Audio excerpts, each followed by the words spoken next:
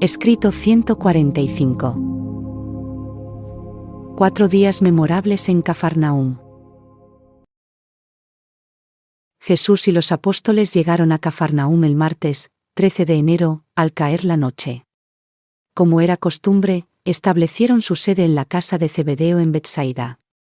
Al haber sido Juan el Bautista llevado a la muerte, Jesús se preparó para poner en marcha, de forma manifiesta y pública, su primer viaje de predicación en Galilea. La noticia del regreso de Jesús se difundió rápidamente por toda la ciudad, y temprano al día siguiente, María, la madre de Jesús, se dio prisa en ir a Nazaret, para ver a su hijo José. Jesús pasó miércoles, jueves y viernes en casa de Zebedeo, instruyendo a sus apóstoles y preparándolos para su primer extenso viaje de predicación pública. Asimismo, recibió y enseñó, tanto de manera individual como en grupo, a muchas sinceras personas que acudieron a él. A través de Andrés, hizo las gestiones para hablar en la sinagoga el próximo día del Sabbat. El viernes avanzada la noche, Ruth, la hermana menor de Jesús, le hizo, secretamente, una visita. Estuvieron juntos casi una hora en una barca anclada a corta distancia de la orilla. Ningún ser humano llegó a conocer jamás este hecho, salvo Juan Zebedeo, a quien se le advirtió que no se lo comentara a nadie. De entre los miembros de la familia de Jesús, Ruth fue la única que creyó constante y firmemente en la divinidad de su misión en la tierra, desde el momento de su temprana toma de conciencia espiritual hasta todo su trascendental ministerio, muerte, resurrección y ascensión, y Ruth falleció finalmente, llegando a los mundos del más allá sin haber dudado jamás del carácter sobrenatural de la misión de su padre hermano en la carne. En lo que respecta a su familia de la tierra, la pequeña Ruth significó el mayor consuelo de Jesús durante toda la difícil prueba de su juicio, rechazo y crucifixión.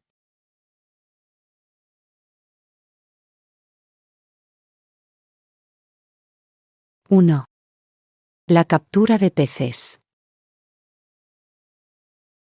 El viernes por la mañana de esta misma semana, cuando Jesús enseñaba en la orilla del lago, la gente se agolpó a su alrededor tan cerca del borde del agua, que hizo señas a algunos pescadores, ocupantes de una barca cercana, para que vinieran a su rescate. Tras subir a la barca, continuó enseñando a la muchedumbre allí reunida durante más de 2 horas. La barca portaba el nombre de Simón. Había sido el antiguo bote de pesca de Simón Pedro y Jesús la había construido con sus propias manos. Aquella mañana en particular, habían estado utilizando dicha barca David Zebedeo y 2 acompañantes, que acababan de llegar a la playa tras una infructuosa noche de pesca. Se encontraban limpiando y remendando sus redes cuando Jesús les pidió que acudieran en su ayuda. Cuando acabó de impartir su enseñanza a la gente, Jesús le dijo a David: «Por haberos causado retraso al tener que venir a ayudarme, trabajaré ahora con vosotros. Vamos a pescar. Remad mar adentro hasta aguas profundas y arrojad vuestras redes». Pero Simón, uno de los ayudantes de David, respondió: «Maestro, es inútil. Hemos estado bregando toda la noche y no hemos pescado nada, pero, en tu palabra, saldremos y echaremos las redes». Y Simón accedió a seguir las instrucciones de Jesús, obedeciendo el gesto que su señor, David, le hizo. Cuando llegaron al sitio indicado por Jesús, echaron las redes y recogieron tal cantidad de peces, que tuvieron miedo de que las redes se rompiesen. Era tanta la pesca que llamaron a unos compañeros suyos que estaban en la orilla para que fuesen a prestarles ayuda. Cuando llenaron de peces las 3 barcas, de tal manera que casi se hundían, Simón cayó a las rodillas de Jesús, diciendo: «Apártate de mí, maestro, porque soy un hombre pecador». El asombro se apoderó de Simón y de cuantos con él estaban, a causa de los peces que habían capturado. Desde ese día, David Zebedeo, Simón y sus compañeros dejaron sus redes y siguieron a Jesús.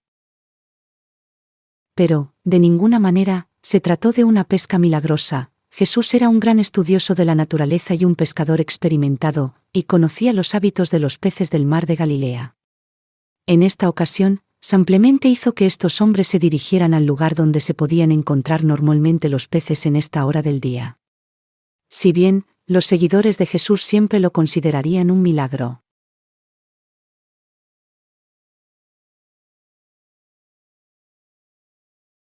2. En la sinagoga por la tarde. El siguiente sabbat, en el oficio de tarde de la sinagoga, Jesús predicó su sermón sobre la voluntad del Padre de los cielos. Por la mañana, Simón Pedro lo había hecho sobre el reino. Allí mismo, en la reunión del jueves por la noche, Andrés había impartido enseñanzas con el tema de el nuevo camino. En ese preciso momento, había en Cafarnaúm más personas que creían en Jesús que en ninguna otra ciudad de la tierra. Cuando Jesús enseñó en la sinagoga ese sabbat por la tarde, conforme a la costumbre, tomó el primer texto de la ley y leyó del libro del Éxodo. Y serviréis al Señor, vuestro Dios, y Él bendecirá tu pan y tus aguas, y apartaré de ti toda enfermedad. Escogió el segundo texto de los profetas, leyendo esta vez de Isaías. Álzate y brilla, que llega tu luz, y la gloria del Señor amanece sobre ti. Las tinieblas cubren la tierra y la terrible oscuridad a los pueblos, mas sobre ti amanecerá el Espíritu del Señor y sobre ti será vista su gloria. Caminarán los gentiles a esta luz y muchas grandes mentes se rendirán a su resplandor. Con este sermón, Jesús trató de dejar claro que la religión es una experiencia personal. Entre otras cosas, el Maestro dijo: Bien sabéis que, aunque un padre de buen corazón ama enteramente toda su familia, su afecto hacia esta como grupo se debe a su intenso cariño por cada miembro individual de esa familia. No debéis nunca más acercaros al Padre de los cielos como un hijo de Israel, sino como un hijo de Dios. Como grupo, sois, de hecho, hijos de Israel, pero individualmente, cada uno de vosotros es un hijo de Dios. Yo he venido, no para revelar el Padre a los hijos de Israel, sino para traer una experiencia personal genuina de este conocimiento de Dios y de la revelación de su amor y misericordia al creyente individual. Los profetas os han enseñado que Yahvé cuida de su pueblo, que Dios ama a Israel. Pero yo he venido en medio de vosotros para proclamar una verdad mayor, una verdad que muchos de los últimos profetas también llegaron a entender, y esta es que Dios os ama, a cada uno de vosotros, como seres individuales. Durante todas estas generaciones habéis tenido una religión nacional o racial, ahora yo he venido para daros una religión personal. Pero incluso esta verdad no es una idea nueva. Muchos de entre vosotros de mentalidad espiritual la habéis conocido, puesto que algunos de los profetas os han instruido así. ¿No habéis leído en las Escrituras donde el profeta Jeremías dice: En aquellos días no dirán más, los padres comieron las uvas agrias y los hijos sufren de dentera, pues cada uno morirá por su propia maldad, quien coma uvas agrias sufrirá de dentera? He aquí que vienen días, en los cuales yo haré un nuevo pacto con mi pueblo, no como el pacto que hice con sus padres el día en que los saqué de la tierra de Egipto, sino conforme al nuevo camino. Incluso escribiré mi ley en sus corazones. Yo seré su Dios y ellos serán mi pueblo. En ese día, no dirá más ninguno a su prójimo: ¿conoces al Señor? No. Porque todos me conocerán personalmente, desde el más pequeño de ellos hasta el más grande. ¿Es que no habéis leído estas promesas?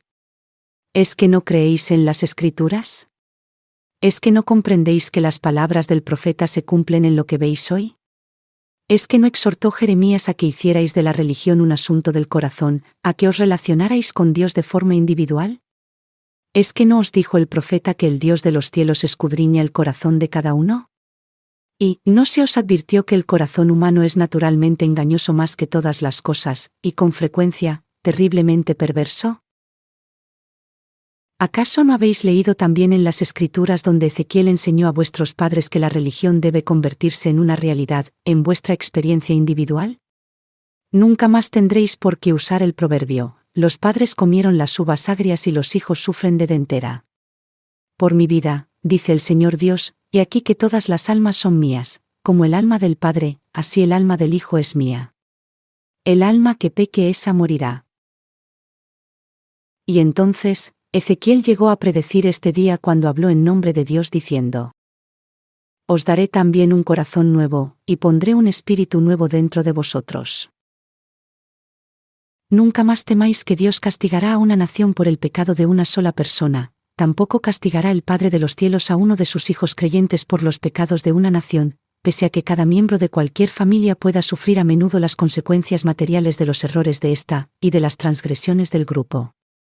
¿Es que no os dais cuenta de que la esperanza de una nación mejor, o de un mundo mejor, está ligada al progreso y a la lucidez de cada cual? Entonces, el Maestro planteó que el Padre de los cielos, una vez que el hombre reconoce esta libertad espiritual, desea que sus hijos en la tierra comiencen esa ascensión eterna en su andadura hacia el paraíso, que consiste en la respuesta consciente de la criatura al impulso divino del espíritu interior por encontrar al Creador, por conocer a Dios y tratar de llegar a ser como Él. A los apóstoles les resultó de gran ayuda este sermón. Todos ellos se dieron cuenta, en mayor medida, de que el Evangelio del Reino era un mensaje dirigido a cada uno de forma individual, y no a la nación.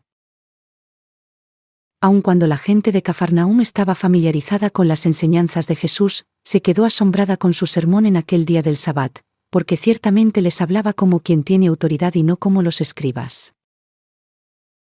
Justo en el momento en el que Jesús terminó de hablar, un hombre de la congregación, que se había sentido muy perturbado por sus palabras, cayó preso de un violento ataque epiléptico y se puso a gritar a grandes voces.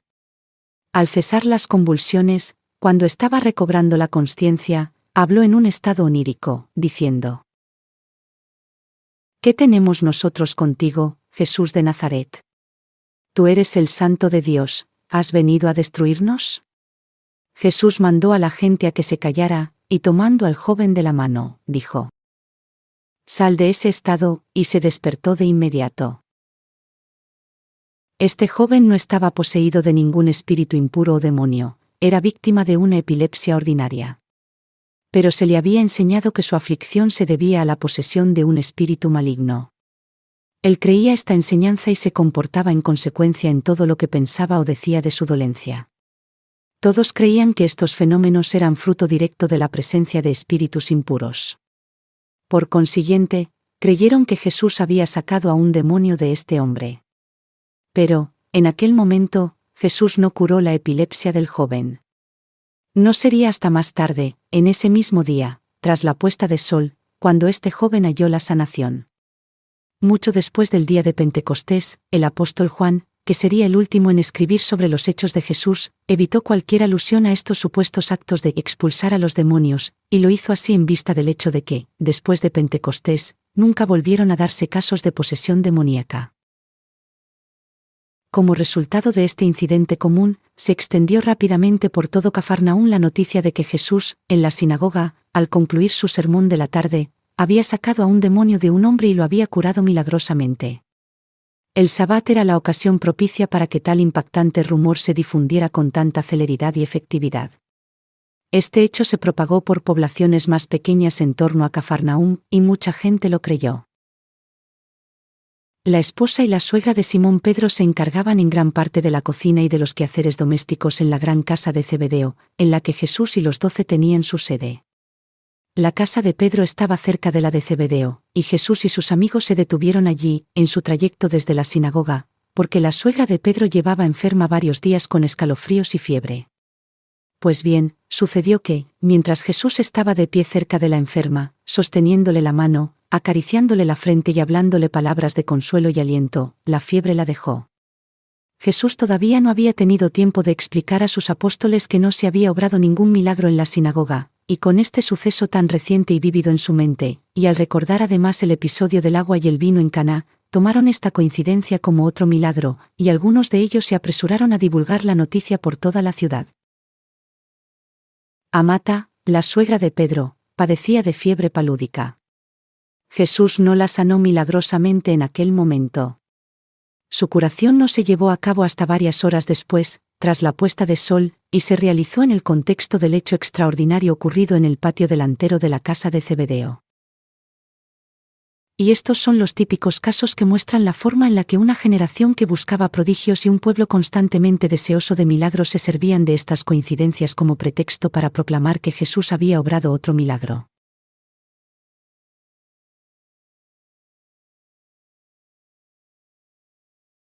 ¡3! Curación al ocaso. cuando Jesús y sus apóstoles se preparaban para compartir su cena, casi al término de este memorable sabbat, todo Cafarnaúm y sus alrededores se encontraban en estado de alboroto por estas presuntas curaciones milagrosas, y todos los que estaban enfermos o afligidos se dispusieron para ir a ver a Jesús, o hacer que sus amigos lo llevaran allí en cuanto se pusiera el sol. De acuerdo con las enseñanzas judías, durante las horas sagradas del sabbat ni siquiera se permitía ir a buscar la salud. Entonces, en cuanto el sol se escondió tras del horizonte, decenas de hombres, mujeres y niños afligidos empezaron a encaminarse hacia la casa de Zebedeo en Betsaida. Un hombre y su hija paralítica partieron en cuanto el sol desapareció tras la casa de su vecino. Los hechos acaecidos durante todo el día habían preparado las condiciones para este extraordinario acontecimiento, que tendría lugar en el ocaso. Incluso el texto empleado por Jesús en su sermón aquella tarde había dado a entender que la enfermedad debía ser desterrada, y él había hablado con tal inusitada autoridad y poder. Su mensaje había sido tan contundente. No había aludido a la autoridad humana, sino que había hablado directamente a la conciencia y a las almas de los hombres. No había recurrido a la lógica, a argucias legales o a expresiones ingeniosas, pero había apelado de forma poderosa, directa, clara y personal a los corazones de quienes lo oían. Ese sabbat fue un gran día en la vida terrenal de Jesús, sí, y en la vida de todo un universo.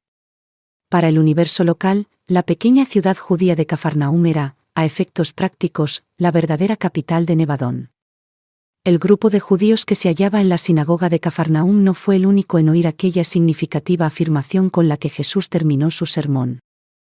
El odio es la sombra del miedo, la venganza, la máscara de la cobardía. Como tampoco olvidarían los asistentes sus dichosas palabras, cuando declaró: El hombre es hijo de Dios, no hijo del diablo. Poco después de la puesta del sol, mientras Jesús y sus apóstoles se quedaron, tras la cena, un rato más en la mesa, la esposa de Pedro oyó voces en el patio delantero, y al ir a la puerta, vio que una gran muchedumbre de personas enfermas se estaban congregando allí y que la carretera que venía de Cafarnaúm estaba atestada de personas buscando la sanación de manos de Jesús. Al observar aquello, fue enseguida a informar a su marido, que a su vez se lo contó a Jesús. Cuando el maestro salió a la puerta delantera de la casa de Zebedeo, sus ojos se encontraron con una gran cantidad de personas aquejadas y afligidas. Vio a casi 1000 seres humanos enfermos y dolientes. Al menos ese era el número de personas que se había reunido ante él. No todos los presentes estaban con padecimientos, algunos habían venido para ayudar a sus seres queridos en este intento por curarse. La visión de estos mortales afligidos, hombres, mujeres y niños sufriendo en gran parte, debido a los errores y malas acciones de sus propios hijos a los que se les había confiado la administración del universo, conmovió inusualmente el corazón humano de Jesús, y suscitó la misericordia divina de este benevolente Hijo Creador. Pero Jesús era bien consciente de que no podía erigir un movimiento espiritual perdurable sobre los pilares de prodigios puramente materiales. Constantemente, su norma había consistido en abstenerse de exhibir sus prerrogativas creadoras. Desde Caná, ni lo sobrenatural ni lo milagroso habían estado presentes en sus enseñanzas. Sin embargo, esta doliente multitud hizo que su corazón sintiese conmiseración y apeló con fuerzas a su cariño y comprensión. Una voz que venía del patio delantero exclamó: Maestro, di la palabra, restáuranos la salud, sánanos de nuestras enfermedades y salva nuestras almas. Tan pronto como estas palabras fueron pronunciadas, una inmensa comitiva de serafines, controladores físicos, portadores de vida y seres intermedios, como los que siempre acompañaban a este Creador encarnado de todo un universo, se dispusieron a actuar con poder creativo en el caso de que su soberano diera la señal. En toda la andadura terrenal de Jesús, este fue uno de esos momentos en los que la sabiduría divina y la compasión humana se entrelazaron de tal manera con la decisión del Hijo del Hombre, que él buscó refugio apelando a la voluntad de su Padre.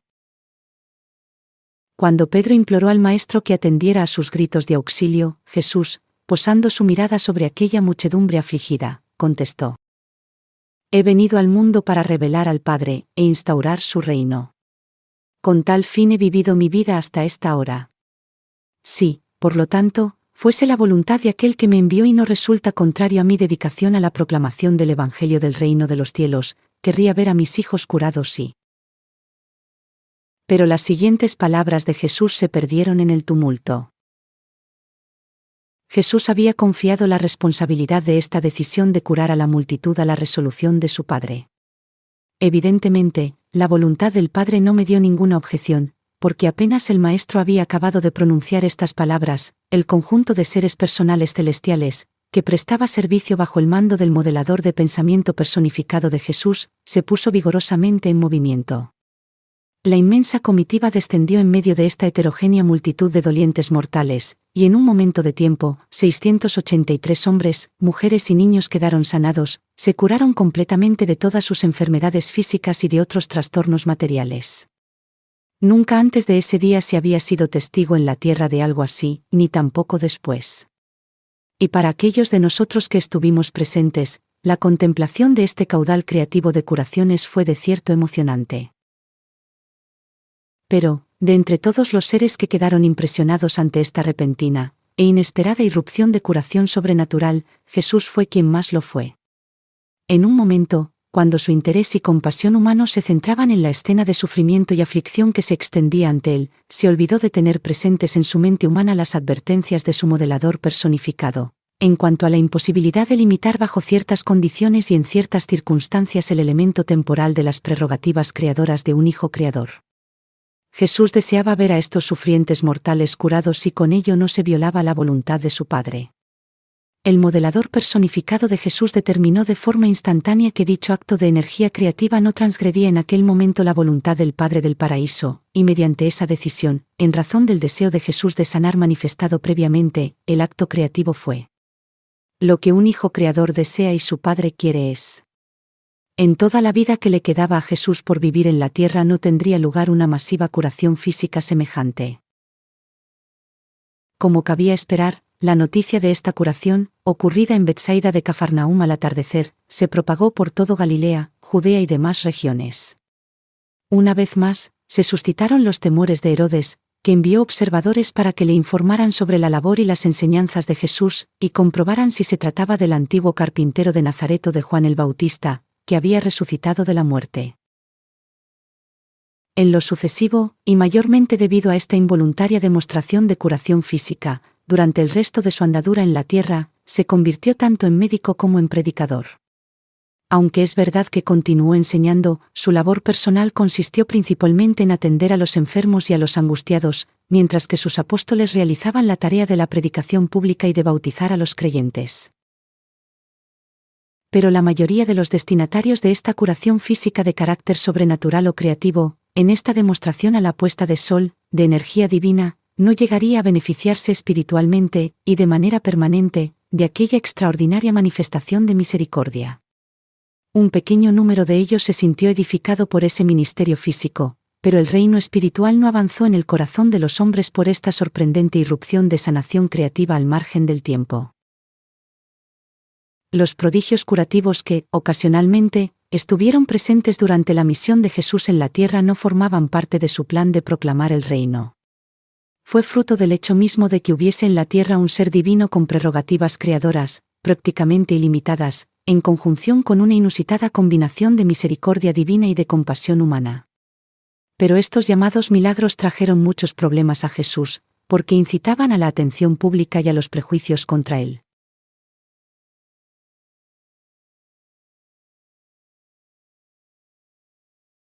⁴.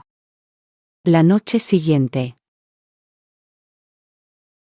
Durante toda la noche que siguió a esta gran eclosión de curaciones, la muchedumbre, gozosa y feliz, inundó la casa de Zebedeo, y los apóstoles de Jesús, emotivamente, sintieron un entusiasmo que llegaba a sobrepasarles.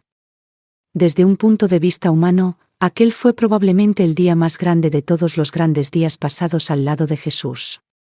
Nunca, ni antes ni después, sus esperanzas habían alcanzado tales alturas de innegable expectación. Solo unos días antes, y cuando aún estaban dentro de las fronteras de Samaria, Jesús les había dicho que ya había llegado la hora de proclamar el reino en poder, y ahora sus ojos habían contemplado lo que suponían significaba el cumplimiento de esa promesa. Estaban llenos de entusiasmo ante lo que estaba por venir, si esta formidable manifestación de poder curativo era solo el principio. Desterraron las dudas que aún albergaban sobre la divinidad de Jesús. Literalmente, se dejaron embriagar por el éxtasis de su confundido encantamiento. Pero cuando fueron en busca de Jesús, no pudieron encontrarlo. El maestro estaba muy perturbado por lo que había sucedido. Los hombres, mujeres y niños que habían resultado sanados de sus distintas enfermedades se quedaron hasta bien entrada la noche, esperando el regreso de Jesús para poder darle las gracias. Los apóstoles no podían entender el proceder del maestro a medida que pasaban las horas y permanecía en su retiro. Su gozo hubiese sido pleno y perfecto a no ser por su continuada ausencia. Cuando Jesús regresó con ellos, era tarde y prácticamente todos los que se habían beneficiado de esta curación habían vuelto a sus casas. Jesús rechazó los parabienes y la adoración de los 12 y de los otros que habían permanecido allí para saludarlo, diciendo solamente: «No os regocijéis de que mi Padre tenga el poder de sanar el cuerpo, sino que más bien de que lo tiene para salvar el alma. Vámonos a descansar, porque mañana hemos de ocuparnos de los asuntos del Padre». Y de nuevo, estos 12 hombres se fueron a descansar, decepcionados, desconcertados y tristes, excepto los gemelos. Pocos de ellos pudieron dormir mucho aquella noche. Tan pronto como el maestro hacía algo que les alborozaba el alma y les alegraba el corazón, él parecía hacer trizas de forma inmediata las esperanzas de los apóstoles y demolía los pilares de su arrojo y entusiasmo. Al mirarse entre sí, estos perplejos pescadores tenían un solo pensamiento: no alcanzamos a entenderlo. ¿Qué significa todo esto?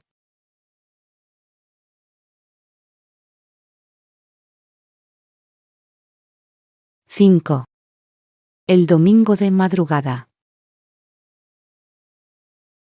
Jesús tampoco durmió mucho aquel sábado por la noche. Se daba cuenta de que el mundo estaba lleno de malestares físicos y aquejado de dificultades materiales, y consideró sobre el gran peligro que conllevaba verse obligado a dedicar tanto de su tiempo al cuidado de los enfermos y afligidos, que su misión de instaurar el reino espiritual en el corazón de los hombres se vería obstaculizada, o al menos subordinada al ministerio de las cosas físicas. Debido a estos pensamientos y a otros similares, que ocuparon la mente mortal de Jesús durante la noche, ese domingo por la mañana se levantó mucho antes de despuntar el día y se fue solo a uno de sus sitios preferidos para estar en comunión con su Padre.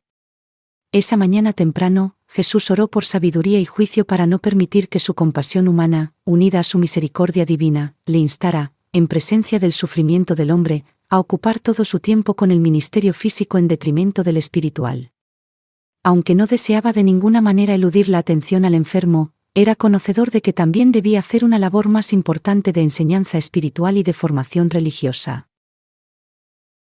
Jesús iba tantas veces a las colinas a orar, porque no había allí ninguna estancia privada idónea para sus devociones personales. Pedro no pudo dormir esa noche, así pues, muy temprano, poco después de que Jesús se había ido a orar, despertó a Santiago y a Juan, y los tres fueron al encuentro del Maestro. Tras buscarlo durante más de una hora, encontraron a Jesús y le suplicaron que les dijera la razón de su extraña conducta. Deseaban saber por qué parecía estar turbado por el portentoso derramamiento del espíritu de sanación, cuando toda la gente estaba jubilosa y los apóstoles tan exultantes. Durante más de 4 horas, Jesús procuró explicar a estos 3 apóstoles lo que había sucedido, dándole detalles e informándoles de los riesgos de tales manifestaciones. Jesús les confió el motivo por el que había salido a orar. Trató de hacer entender a sus acompañantes personales las verdaderas razones por las que el reino del Padre no podía edificarse sobre la realización de prodigios ni sobre las curaciones físicas. Pero ellos no llegaban a comprender sus enseñanzas. Entretanto, temprano el domingo por la mañana, otras muchedumbres de almas afligidas y muchas personas animadas por la curiosidad empezaron a congregarse alrededor de la casa de Zebedeo. Pedían a gritos que querían ver a Jesús. Andrés y los apóstoles se quedaron tan desconcertados que, mientras que Simón Zelotez hablaba a las personas concentradas allí, Andrés, con algunos de sus compañeros, fue a buscar a Jesús. Cuando Andrés lo encontró, en compañía de los otros 3 apóstoles, le dijo: «Maestro, ¿por qué nos dejas solos con la multitud? Mira que todos te buscan, nunca antes ha habido tantos queriendo que les enseñes. Ahora mismo, la casa está rodeada de quienes han venido de cerca y de lejos debido a tus formidables obras, ¿es que no vas a volver con nosotros para atenderlos?». Cuando Jesús escuchó estas palabras, le contestó: Andrés, ¿es que no te he enseñado a ti y a estos otros que mi misión en la tierra es la revelación del Padre y mi mensaje, la proclamación del reino de los cielos? ¿Cómo es que quieres, pues, que yo me aparte de mi misión para gratificar a los curiosos y para satisfacer a los que buscan signos y prodigios? ¿Es que no hemos estado entre esta gente durante todos estos meses y han acudido en multitudes para oír la buena nueva del reino? ¿Por qué vienen ahora a acosarnos? ¿Es porque buscan curar sus cuerpos físicos y no por haber recibido la verdad espiritual para la salvación de sus almas? Cuando los hombres se ven atraídos hacia nosotros por manifestaciones extraordinarias, la mayoría de ellos no viene buscando la verdad y la salvación, sino más bien a curar sus dolencias físicas y librarse de sus dificultades materiales. Todo este tiempo he estado en Cafarnaúm, y tanto en la sinagoga como junto al mar, he proclamado la buena nueva del reino a todos los que tenían oídos para oír y corazones para recibir la verdad. No es la voluntad de mi Padre que vuelva con vosotros para atender a estos curiosos, ni ocuparme del ministerio de las cosas materiales, descuidando las espirituales. Os he ordenado que prediquéis el Evangelio y auxiliéis a los enfermos, pero no voy a condescender con la sanación de los cuerpos en lugar de enseñar la verdad. No, Andrés, no voy a volver con vosotros. Id y decidle a la gente que crean lo que les hemos enseñado y que se regocijen en la libertad de los hijos de Dios, y disponeos para nuestra partida a las otras ciudades de Galilea, donde el camino está ya listo para la predicación de la buena nueva del reino. Fue con este propósito por el que yo vine del Padre. Id y preparaos para salir de inmediato mientras aguardo aquí vuestro regreso. Cuando Jesús acabó de hablar, Andrés y sus compañeros apóstoles volvieron con tristeza a la casa de Zebedeo, despidieron a la multitud allí congregada, y rápidamente, se prepararon para el viaje, como Jesús había ordenado. Y así, en la tarde del domingo, 18 de enero del año 28 después de Cristo, Jesús y los apóstoles emprendieron su primer viaje de predicación, realmente público y manifiesto, en las ciudades de Galilea. Durante este primer viaje, predicaron el Evangelio del reino en muchas ciudades, pero no fueron a Nazaret. Ese domingo por la tarde, poco después de que Jesús y sus apóstoles hubiesen salido para Rimón, sus hermanos Santiago y Judá fueron a verlo, deteniéndose brevemente en la casa de Zebedeo. Sobre el mediodía, de aquel mismo día, Judá había ido a buscar a su hermano Santiago, y al encontrarlo, le había insistido en que acudiesen a ver a Jesús. Si bien, cuando Santiago por fin accedió a ir con Judá, Jesús ya había partido. Los apóstoles se mostraron reacios a dejar atrás el gran interés que habían suscitado en Cafarnaúm. Pedro calculaba que no menos de 1000 creyentes podrían haberse bautizados en el reino. Jesús les escuchó con paciencia, pero no consintió en volver. Por un rato, imperó el silencio, y entonces, Tomás se dirigió a sus compañeros apóstoles, diciéndoles: «Vámonos. El Maestro ha hablado. No importa si no comprendemos del todo los misterios del reino de los cielos, de una cosa estamos seguros: seguimos a un Maestro que no busca la gloria para sí mismo». Y a disgusto, salieron para predicar la buena nueva en las ciudades de Galilea.